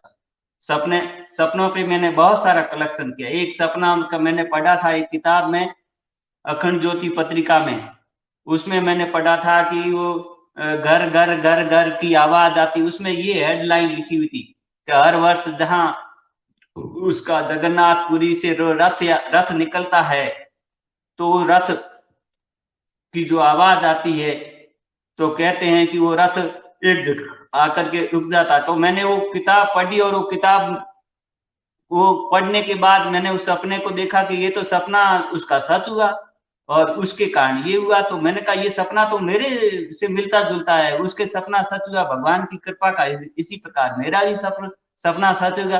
तो मैंने उस किताब को खो दी, पता नहीं उस किताब को इतना ढूंढा कि मैंने किसी गुरु भाई को दी, फिर उस किताब मेरे को नहीं, फिर ये मेरे अंदर से आई, तुम क्यों ढूंढ रहा है किताब को, तू अपने आप मिल जाएगी, तुझे छोड़ दी। तो बस मैंने छोड़ दी। मैंने जो अखंड ज्योति की पत्रिका लाते थे, वो भाई को मैंने उनको कहा कि मेरे को वो सपने वाला लेख देखना था, वो किताब कहाँ खो गई। मैंने पढ़ा था कि हर साल रथ यात्रा जो टीवी पे दिखाते हैं, वो भगवान जगन्नाथ जी की रथ यात्रा निकलती है, कहते हैं वहां वो रुकती है, फिर वो उसमें जीवन में मतलब मैं पूरा बताता हूँ। तो वो लेख मुझे चाहिए। तो उसमें कहानी में ये बताते हैं कि एक मुसलमान नवाब होता है, वो एक विधवा ब्राह्मणी होती है, उसको उठा ले जाकर के उससे शादी कर देता है, पत्नी बनती है उसकी। तो उसके एक लड़का होता है, लड़के का नाम वो रखता है साल बेग। तो के साल बेग बहुत बहादुर होता है, कई युद्ध करता है, जीतता है। तो साल बेग के एक पांव के ऊपर घाव हो जाता है। वो घाव है, वो उसका खूब वेद हकीम बुलाते हैं, लेकिन घाव का इलाज करते हैं, घाव ठीक होता ही नहीं। तो माँ उसको कहती है कि बेटा तू है ना भगवान जगन्नाथ जी को याद कर और भगवान जगन्नाथ जी से प्रार्थना कर, तो तेरा ठीक हो जाएगा। तो कहते हैं कि वो भगवान जगन्नाथ जी की भक्ति करता है, भगवान जगन्नाथ जी को याद करता है। तो कहते हैं भगवान जगन्नाथ उसके पास प्रकट होते हैं, वो सोया हुआ रहता है और जगन्नाथ प्रकट होते हैं, उसको हाथ फेरते हैं पांव पे और उसको ठीक हो देते। तो जैसे ही वो सपने से जगता है तो देखता है कि अरे भगवान आए थे, हाथ फेरा था, तो पांव की तरफ देखता, अरे घाव भी ठीक हो गया, अब दिखाई तो यहाँ कोई नहीं देता, यहाँ आए थे भगवान, इसलिए मतलब वो ध्यान देता। कहते हैं कि उसके बाद में उसने वो जीवन छोड़ दिया, वो लड़ाई झगड़े वाला, और उसने भगवान की भक्ति की। और वो जहां भगवान की रथ यात्रा निकलती है, वहां उसकी मजार बनी गई। और वहां कहते हैं कि भगवान भक्त के दर्शन के लिए हर बार वो रुकते हैं वहां पे। और जब भक्त साल वेद की जय ऐसे जब बोलते हैं, तब रथ यात्रा आगे चल पड़ती है और रथ वहीं रुकता था। भगवान उसके श्लोक में ये था कि भक्त भगवान भक्त के दर्शन के लिए हर वर्ष रुकते हैं वहां पे। ऐसी भक्ति की उन्होंने। तब मैंने कहा ये तो उसका सपने में दिखे भगवान उसे दिखता, मुझे भी ऐसे ही तो सपना आया था। तो फिर मैंने उनको कहा भाई मुझे वो लेख चाहिए। तो पता नहीं उनको, मैंने तो उनको घर घर कहा, मैं रथ रुकता ऐसा ही लेख, पता नहीं वो साल 2 साल बाद वो अपने आप ही मुझे किताब ला के दी कि भाई साहब ये रही किताब। अरे मैं तो देखा तो उसमें लेख, मैं कहा आपको क्या पता कि ये लिखता है, वो घर घर आती आवाज थी। मैंने तो इतना ही समझ पाया। मैं कहा आप समझ, वो क्योंकि वो थोड़े कम पढ़े लिखे, तो वो इतना वो ज्यादा नहीं देते। फिर भी वो किताब ढूंढ के 2 साल बाद वो किताब आ गई। अब मैं तो देखो गुरुदेव ने कहा था ना कि तुम निश्चित हो जा, तो जब 2 साल बाद उन्होंने पता नहीं, मैं तो किताब ही भूल गया लानी है किताब, ये भी याद नहीं रहा। और उसी किताब में लेख है, वही लेके आ गए, वो मुझे दे दी किताब। मैंने कहा भगवान गए, ये तो गुरुदेव गुरुदेव बताना चाहते हैं कि वो जो लेख है ना, वो मतलब सही है और तुम्हारे जीवन जो हुआ वो भी सही है। ये गुरुदेव ये बात बताना चाहते थे। तो गुरुदेव की कृपा बहुत अपरंपार है, गुरुदेव की महिमा बिल्कुल। अपरंपार है। और ऐसा सपनों पे ऐसा विज्ञान कराया है, ऐसा खेल कराया है कि सपने सच्चे भी और झूठे भी। बहुत सारे वैज्ञानिकों को, पहले जितने भी खोज की वैज्ञानिक हुए, उन सबको भी सपने के अंदर ही दिखते थे कि ये खोज उसकी कार्ल जुग का पढ़ा, आइंस्टीन का पढ़ा, एडिसन का पढ़ा, और भी बहुत सारी चीजों का लोगों का पढ़ा, उनको सपने में दिखते थे, सपने में ही उनको आंसर मिलते थे, हल मिलते थे। कहते हैं आदमी जब गहरी मांग करता है तब धीरे धीरे धीरे धीरे वो मांग अचेतन मन में चली जाती है। तो हमारा जो चेतन मन है वो तो 10% ही काम करता है, लेकिन अचेतन मन 90% काम करता है। और जब अचेतन मन में कोई मांग चली जाती तो अचेतन मन ही और इतनी गहरी मांग को अचेतन मन अति चेतन की तरफ पहुंचा देता है। तो अचेतन मन चेतन और अचेतन के बीच में खड़ा है। जैसे ही अचेतन मन क्रियाशील हो जाता है तो अति चेतन से जवाब लेकर के वो चेतन के पास पहुंचा देता है। तो गुरुदेव की कृपा से हम जब नाम जब ध्यान करते हैं तो ये अचेतन का जागरण हो जाता है, जो चेतन की अपेक्षा 90 गुना ज्यादा पावरफुल है। और वो सारे जो अति चेतन के लोक में जो घटनाएं घटित होती है वहां से उत्तर ला करके वो वहां से ट्रांसफर कर देता है उसका उत्तरों उत्तरों को। जब मैंने गुरुदेव से ऐसे ही जब नाम जप लेके जब ध्यान करना शुरू किया तो मेरी कहानी ये है कि जब मैं नौकरी की भी बहुत कहानी है। अब मैं उसकी पूरी की कहानी पीछे बताऊंगा तो मुझे खुद अचरज लगता है। वहां से जब मदर टेरेसा के आश्रम में से यहाँ वापस आ गया, मित्रों से मिला, मित्र सब हर्षित हुए, अरे हमें पता नहीं आप आ गए, वहां चले गए थे, वहां चले गए थे।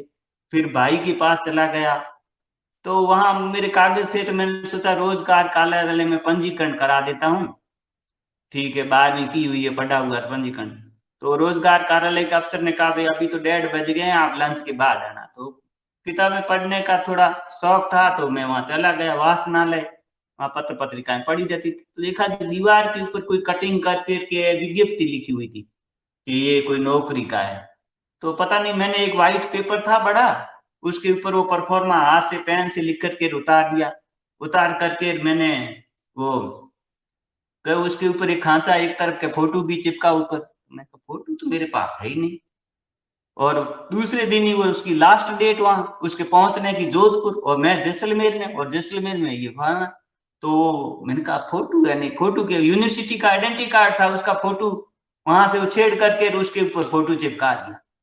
और 2 लिफाफे लिए रुपए रुपए के, 10-10 दो 10-10 पैसे में लिफाफे लिए, रुपए रुपए का टिकट दोनों को लिखा करके एड्रेस और उस पे डाल दिया। और मैंने तो वो शायद 15-20 मिनट आधा घंटा में किया होगा। तो मैं तो वहां किताब पढ़ने के हिसाब से गया था, वहां भाई वो टाइम पास करते थे, रोजगार कार्यालय में जाना था तो थोड़ी देर वहां रुक जाते हैं, फिर उनको वापस जाके काम कराना, इसलिए उस बहाने वहां चला गया था। इसलिए मुझे पता नहीं कि मैं वहां जाकर कोई फॉर्म भर दूंगा और ऐसे कुछ कर दूंगा और वो करके फटाफट वहीं डिब्बा था उसमें एक एड्रेस वहां का जोधपुर भेजना था उसका लिख दिया, एक मेरे भाई का भाई वापस यहाँ लेटर 2 लिफाफे दे दिए, एक एड्रेस डाल कर रिटर्न जवाब आएगा तो उसका डाल दिया और मैंने डिब्बे में डाल दिया। और मुझे पता ही नहीं है, ये गया कर दिया, वापिस जाकर रोजगार कार्यालय में गया 2-2:30 बजे उसको करा करके फिर भाई के पास रहा। लेकिन वो मेरा नंबर आ गया नौकरी के अंदर। यहाँ जब जोधपुर आया तो मैं यहाँ हॉस्टल में यूनिवर्सिटी में रहता है, तो मुझे तो पता ही नहीं कि आ गया। मेरे जो रूम में पार्टनर था खेताराम जी इंठिया करके वहां जैसलमेर के, तो वो कह रहे कि आपका नंबर आया हुआ है वहां गांधी हॉस्पिटल में, वहां लिस्ट लगी हुई उसमें। मैंने कहा कैसा नंबर है, रोज दोस्त है मजाक करते हैं तो आज भी कोई मजाक कर रहे कि नहीं नहीं आपका नंबर आया हुआ है वहां, वो लिस्ट लगी हुई ओम प्रकाश गर्ग।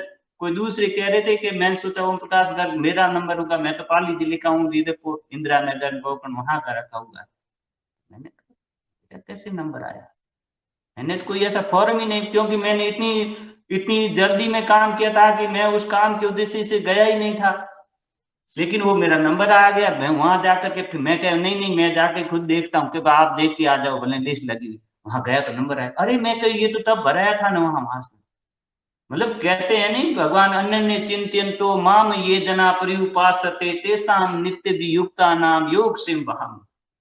देखो वो टर्निंग में नंबर आ गया और कैसे पता ही नहीं, वहां से 90 से वहां से लाए और यहाँ सीधा 2-3 महीने नहीं हुए और उसके अंदर नंबर डाल दिया वहां से और नंबर आया। तो मैंने कहा ठीक है कोई बात नहीं, आया तो मैं तुम्हें राम राम राम राम कर। वो दोस्त साथ में था वो ही लेके गया, उसने ही डॉक्यूमेंट वेरिफिकेशन कराए और उसने ही कोई 200 रुपए, पैसे तो पास में थे नहीं, तो 200 रुपए उसने ही राष्ट्रीय बचत पत्र के भी जमा किए और 2 दिन ट्रेनिंग में जाकर के फिर पोखरण गया, फिर भाइयों को बताया मैंने ट्रेनिंग ज्वाइन कर ली है, मेरा नंबर आ गया ट्रेनिंग में, मैं ट्रेनिंग कर रहा हूँ। तो ऐसी मतलब कृपा की, और ऐसे ही नौकरी लगा तब हुआ। तो मैं कह रहा हूँ ना, जिसको दूसरों को सुनाता हूँ वो तो अचरज करते ही करते हैं, मुझे खुद ही अचरज होता है कि ये क्या हो रहा है। लेकिन वो बाद में वही बात आती है कि कहते हैं जैसे भक्त हर समय, भगवान हर समय साथ में है, गुरुदेव की कृपा हर समय साथ है, साथ में। तो जैसे ही नौकरी लगी तो स्टाफ वालों से रोज यही कहता था, मैं नौकरी छोड़ दूंगा, मैं नौकरी नहीं करूंगा, किसी भी हालत में किसी भी कीमत पर नौकरी नहीं करूंगा। तो मेरे साथ वाले कहते थे, भाई नौकरी नहीं करोगे तो खाओगे क्या, खाना कहाँ से खाओगे। तो मैं कहता था मैं नौकरी छोड़ दूंगा तो 100 जने रोज मेरे पास मुफ्त भोजन करेंगे, आप कहोगे खाओगे क्या। मैं आपको लिख के देता हूं कि 100 जने रोज मेरे पास मुफ्त भोजन करेंगे, कम से कम, अधिक तो कितने करेंगे ये पता नहीं।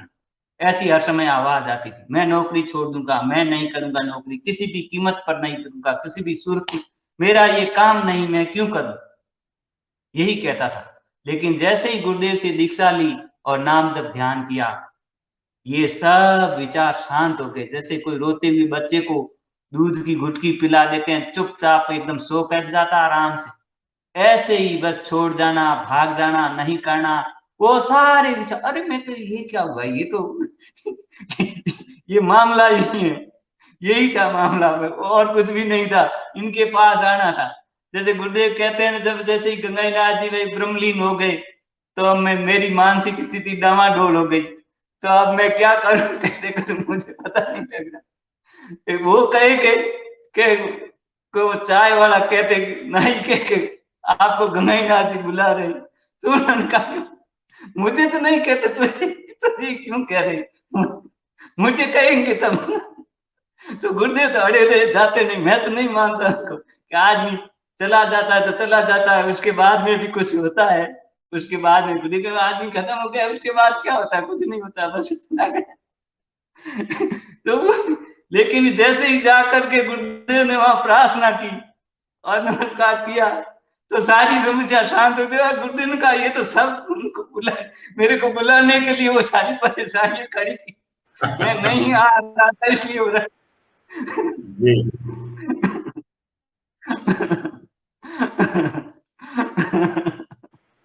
मैं गुरु भाई ये समझता हूं कि बिना गुरु की कृपा के हमारे पास सब कुछ होते हुए भी कुछ नहीं होता है, नहीं। जी जी बिल्कुल। बहुत आनंद आया, मैं तो अभी पूरे नशे में चला गया हूँ, मेरी आंखें नहीं खुल रही हैं गुरु भाई, बड़ी मुश्किल से मैं आपको मतलब देख पा रहा जी हूँ, भाई, इतना नशा है, गुरु की बात का नशा है ये, और आप बहुत कह आनंद रहे की बात, आप कह बहुत रहे आनंद। थे, जी गुरु भाई आप कह रहे थे ना आज ऐसा बुलाएंगे, ऐसा बुलाएंगे। इसलिए इसलिए ऐसे आज जोरदार बुलाया आपसे गुरु भाई, बहुत आनंद, ऐसा बहुत आनंद। ऐसा ऐसा आनंद आता है, ऐसा आनंद आता है कि बस पूछो ही मत, ऐसा आनंद आता है, सब सब भूल जाता है इंसान, और ऐसे ही अपने आप विकास होता है, ऐसा विकास होता है। अब कहाँ छोटे से कमरे में किराए पे रहता था, आज किराए का मकान दिया हुआ है, आज डबल मंजिल का घर है, इतना शानदार बंगला बना हुआ है। और जब मैं जाता था, जी भैया जी, आप बोलते रहिए गुरु भाई। जब मैं 2000 2000 में जब मैं बाहर कोई मकान किराए पे रहता था, तब मैं ये सोचता था, कोई कहते थे भाई प्लॉट देखने जाएं खरीदने के लिए, तो जब प्लॉट खरीदने के लिए जाए तो मैं किसी के साथ जाता था, प्रॉपर्टी वाले कहते थे भाई चलो आप प्लॉट देखने, तो जब मैं जाता था तो मैं सोचता था मैं कितना पागल हूँ, मैं कितना बेवकूफ हूँ, कितना मैं मूर्ख हूँ, मेरे जेब में तो 200 रुपए ही नहीं है और मैं हजारों लाखों की बात प्लॉट खरीदने की बात कर रहा हूँ। फिर और कोई कहते प्लॉट दिखाते कि भाई आप भी तो मुझे 25,000 दे दो और फिर आप धीरे धीरे धीरे धीरे आप देते रहना, अभी इतने दे दो और फिर आपको प्लॉट मिल जाएगा। तब यही सोचता था कितना बेवकूफ हूँ, कितना मूर्ख हूँ, है कि नहीं। पास में तो जेब में 200 रुपए भी नहीं है, महीना निकलता है तब लास्ट में उधार लेके महीना निकालता हूँ, और कैसे कैसे प्लॉट ले लूंगा, कैसे मकान ले लूंगा। फिर यही सोचता था कि गवर्नमेंट कर्मचारी हूँ, जब नौकरी लगी है तो रिटायरमेंट तक तो मकान बन ही जाएगा, ऐसे सोचता था। लेकिन ऐसी गुरुदेव की कृपा हुई, ऐसी गुरुदेव की कृपा हुई कि लॉटरी खुल गई। जो साथ में एक क्रिश्चियन सिस्टर थी, उसको कहा सिस्टर जी रुपए चाहिए, तो 15-20 हजार उन्होंने दे दिए। मैं मेरे पोस्ट ऑफिस में खाता है, वो खाता पूरा होते ही मैं खोलते ही आपको दे दूंगा, आप मुझे दे दो। लॉटरी में लगाया तो लॉटरी खुल गई।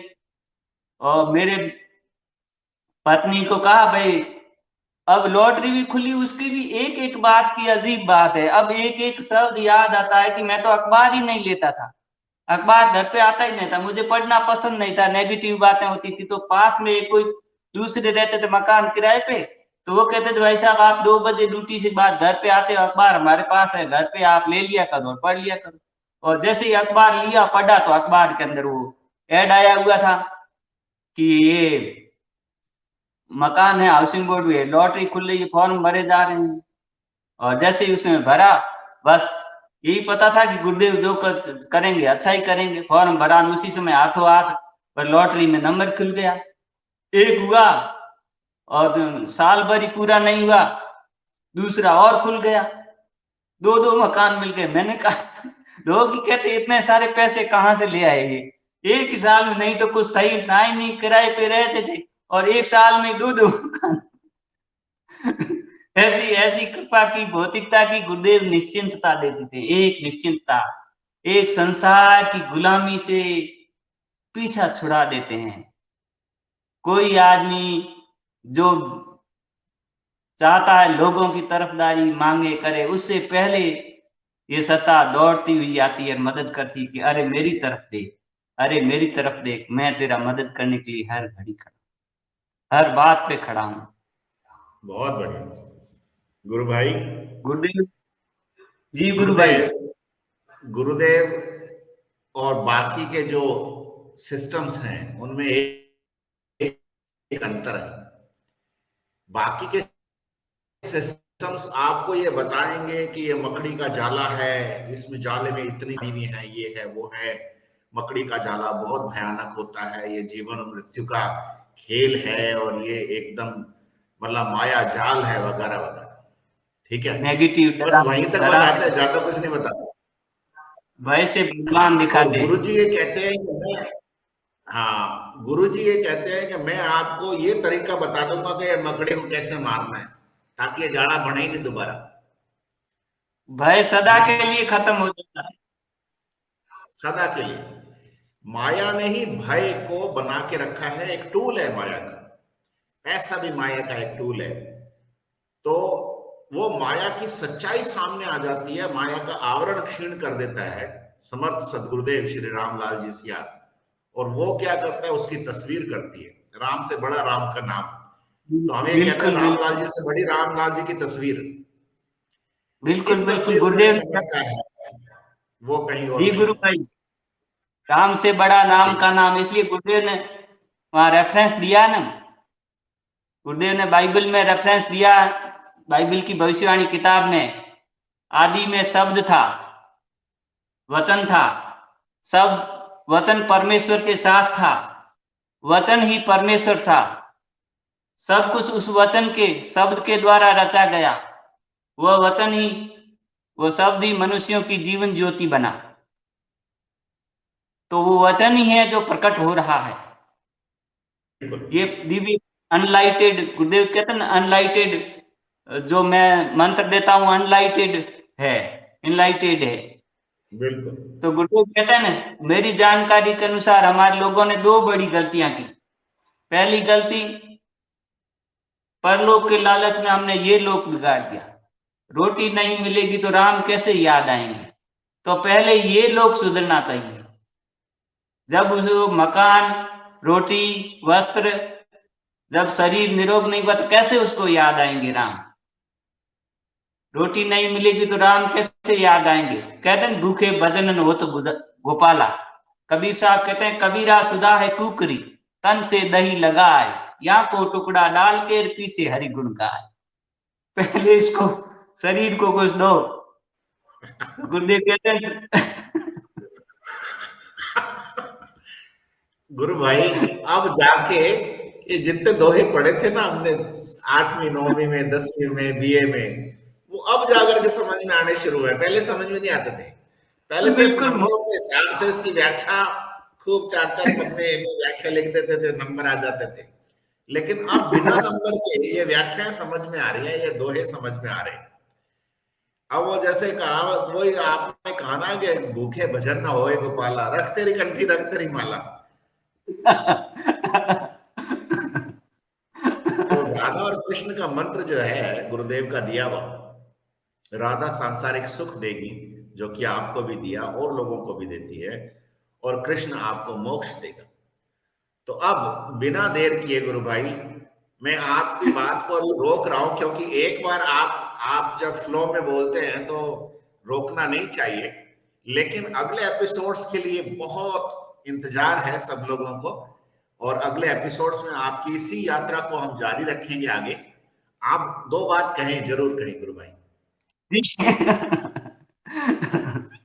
दो बात गुरुदेव कहते हैं, हमारी जानकारी के अनुसार हमारे लोगों ने 2 बड़ी गलतियां की। पहली गलती, रोटी नहीं मिलेगी तो राम कैसे याद आएंगे, परलोक के लालच में हमने ये लोग बिगाड़ दिया। दूसरी बड़ी गलती, राम का नाम बुढ़ापे में ले लेंगे। गुरुदेव कहते भाई जवानी में ले लोगे तो क्या पाप लग जाएगा, हैं? तो पाप तो नहीं लगेगा ना। बुढ़ापे में 100 रोग लग जाएंगे, खाली पछताना ही शेष रहेगा। रोग की तरफ ध्यान जाएगा, राम की तरफ जाएगा नहीं। कबीर साहब भी कहते हैं ना, गोडे में दर्द होगा तो गोडे के दर्द की तरफ ध्यान जाएगा। जी। कबीर साहब कहते हैं आछे दिन पाछे गए, किया न हरि से हेत, अब पछताए होत गया जब चिड़िया चुग गई खेत। अच्छे दिन थे, जवानी के थे, युवावस्था थी, शरीर में ऊर्जा थी, सब कुछ बढ़िया था, बुद्धि सही काम कर रही थी, सभी अंग अवयव निरोग थे। तब तो भगवान के भजन किए नहीं, और जब चिड़िया चुग गई कि वृद्धावस्था हो गई, सुनना देखना सब कम हो गया, अंग अवयव ढीले शिथिल हो गए, ऊर्जा कम हो गई, फिर क्या तुम के संसार के की काम के नहीं रहे, उसे परमात्मा के कैसे काम देते। आछे दिन पाछे गए, किया न हरि से हेत, अब पछताए होत गया जब चिड़िया चुग गई। तो गुरुदेव कहते हैं भैया बुढ़ापे में 100 रोग लग जाएंगे, खाली पछताना ही शेष रहेगा, रोग की तरफ ध्यान जाएगा, राम की तरफ जाएगा नहीं। 60-70 साल के बूढ़े होते हैं, उनको पूछो।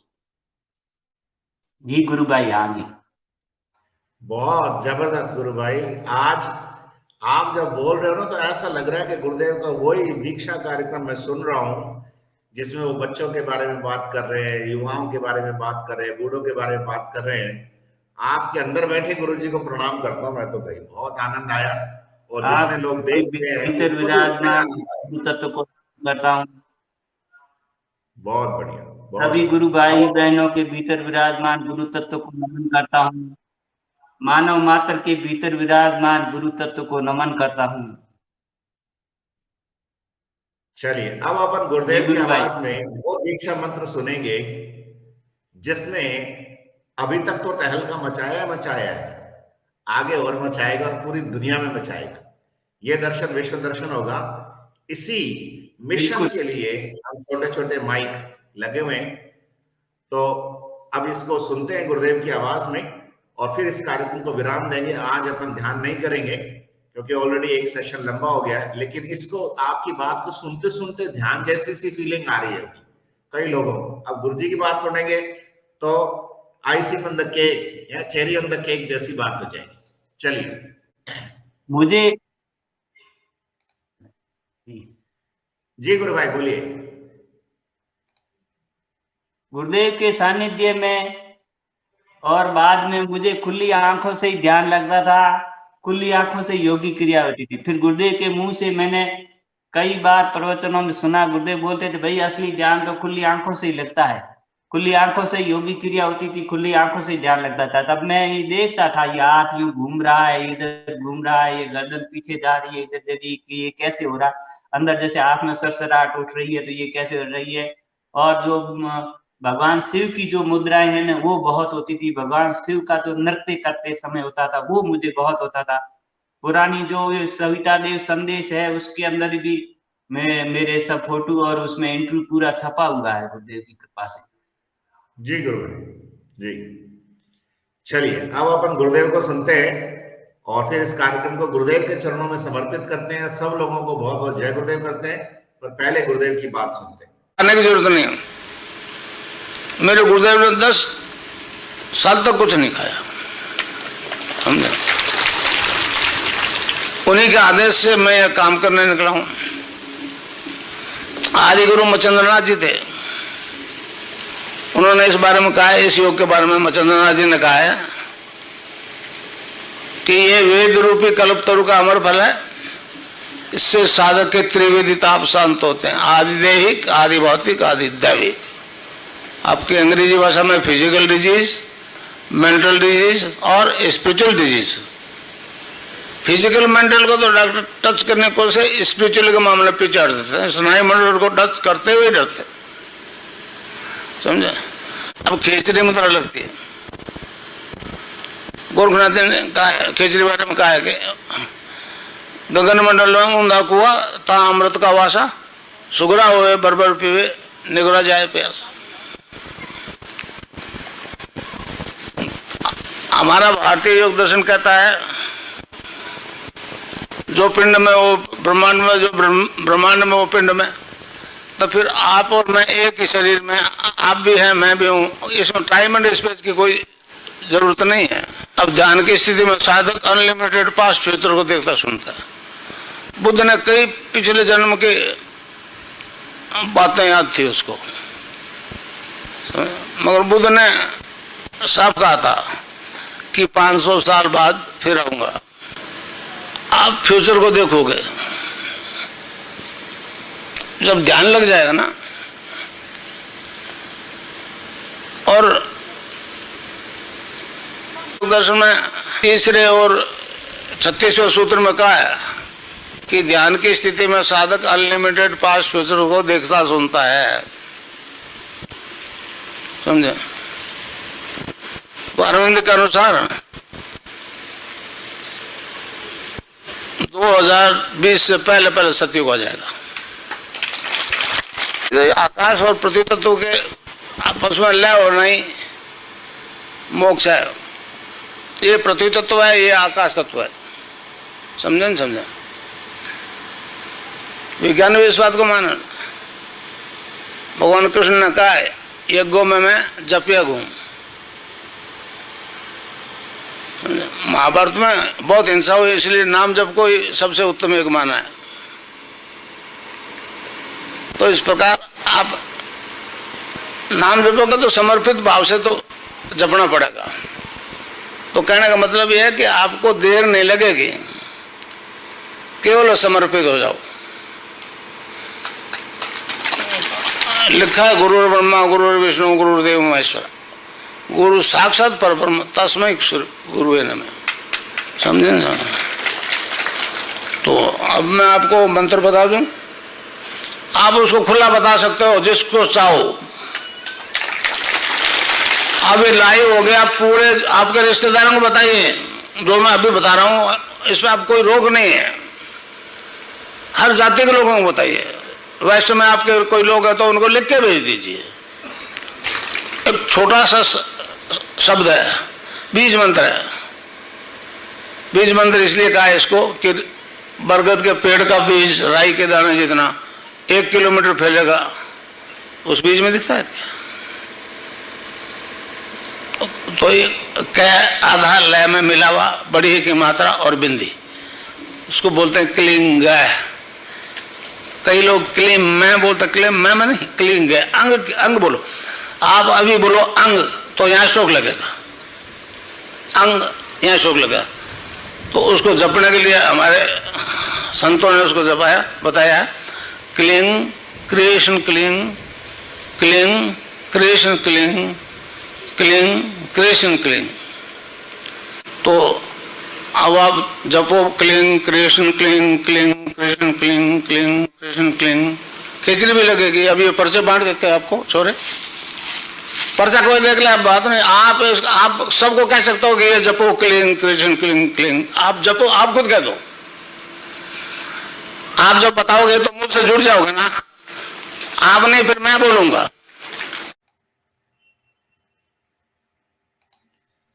जोरदार बात कही गुरुदेव ने, जोरदार। और जब जैसे आप जुड़े गुरुदेव से तो फिर आप बोल नहीं रहे हो, गुरुदेव ही बोल रहे हैं। बस वैसा ही सब लोग जुड़ पाए। इतनी सी प्रार्थना के साथ अपन इस कार्यक्रम को आज गुरुदेव के चरणों में रखते हैं। गुरु भाई, बहुत आनंद आया, सच में बहुत नशा हो गया। और ये नशा जो जो देख रहा है वो सबके होगा। इस नशे को ही गुरुदेव ने कहा है कि भांग धतूरा नान का उतर जाए प्रभात, नाम कुमारी नान का चली रहे दिन रात। और अमल छिन छिन चढ़ो तेरे नाम, अमल दिन बड़े सवाए। बहुत बढ़िया। विवेकानंद जी कहते थे,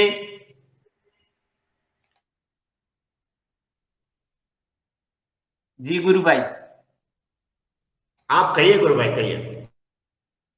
विवेकानंद जी यही कहते थे कि भाई आध्यात्म धर्म के मार्ग पे कदम रखे, और कदम सही तरीके से बढ़ रहे हैं क्या पता लग रहा है, ध्यान सही लग रहा है कैसे पता लग रहा है कि ध्यान सही लग रहा है। तो विवेकानंद जी कहते थे जब ध्यान लगता है ना, तब जैसे बहुत सारा समय होता है, मान लो आधा घंटे बैठे तो आपको ऐसा लगेगा जैसे 5-1 मिनट बैठे। आप समय के पार चले जाते उस समय, आपको ज्यादा समय भी बहुत थोड़ा सा लगता है। तो मेरे साथ यही घटित होता था। उस समय युवा था, शरीर में सहन करने की शक्ति थी। मैं घंटा पर बैठता था, ऐसा लगता था जैसे 10-1 मिनट बैठा, आंखें खोलता तो घंटा पर होता, अरे मैं घंटे हो गए। और इतना आनंद आता था, इतना आनंद आता था कि रहा नहीं जाता था। जब शादी की थी तो पत्नी कहते थे आधा घंटा बैठता कि आंखें बंद करके बैठना सीखा और कुछ नहीं सीखा था। और दूसरा विवेकानंद जी ये कहते थे कि आप यदि आपने धर्म अध्यात्म पे कदम रखे और आपके कदम सही दिशा में बढ़ रहे हैं, तो आपकी दिन दिन प्रफुल्लता, प्रसन्नता, आनंद बढ़ता जाएगा, उत्साह। तो आप, इसका अर्थ है कि सही दिशा में। और कितनी साधनाएं आराधनाएं कर रहे हो आप, लेकिन मैं हताश, उदास, मायूस चेहरा लिए हुए घूम रहे हो, तो समझो कि वो साधना के, आराधना के नाम पे कुछ और ही हो रहा है। वो दिशा सही नहीं है, क्योंकि ईश्वर आनंद स्वरूप है कि नहीं। ज्यों ज्यों उनके पास बढ़ोगे, ज्यों ज्यों आपका आनंद बढ़ेगा। आत्मा सच्चित और आनंद स्वरूप है, और आनंद के पास गए तो अग्नि के पास जाने से अग्नि महसूस होती, ऐसे आनंद के पास जाओगे तो आनंद महसूस होता। गुरुदेव कहते भाई ध्यान किया, आनंद आया, आपके ही पास था, मैंने नहीं दिया, मैंने तो इंट्रोड्यूस कराया है।